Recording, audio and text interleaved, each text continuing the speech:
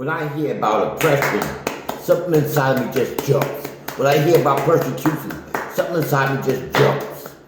Well, back in, there's clearly good people know about oppression and persecution.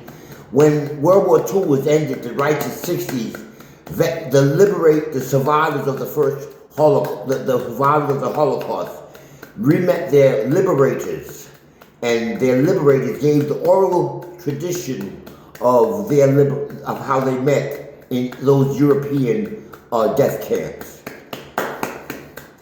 Metaphorically, the oral gospel. This is what Dr.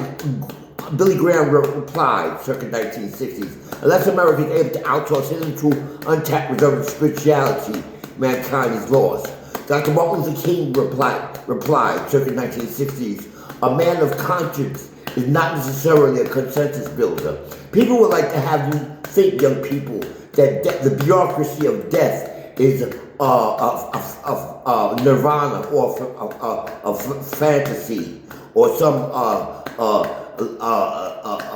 bamboozler, but it's a reality.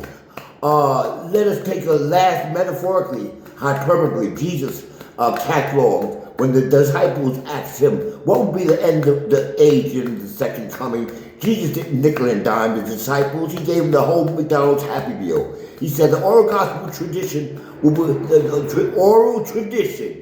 Get the oral tradition of persecution, quote unquote. The riddle of the stronghold of bureaucracy of the persecution, exploitation down through the constellation of time by strongholds of government.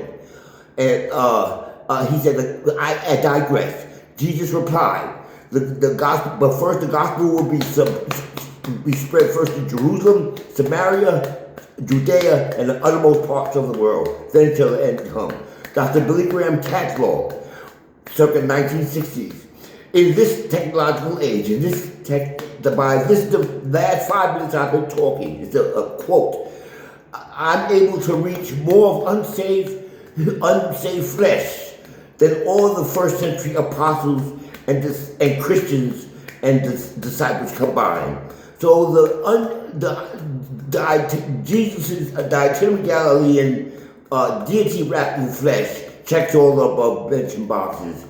Now I digress, but at the end of the day, listen, children, the people of color and the people that have been oppressed by the Holocaust have an unspoken language of love.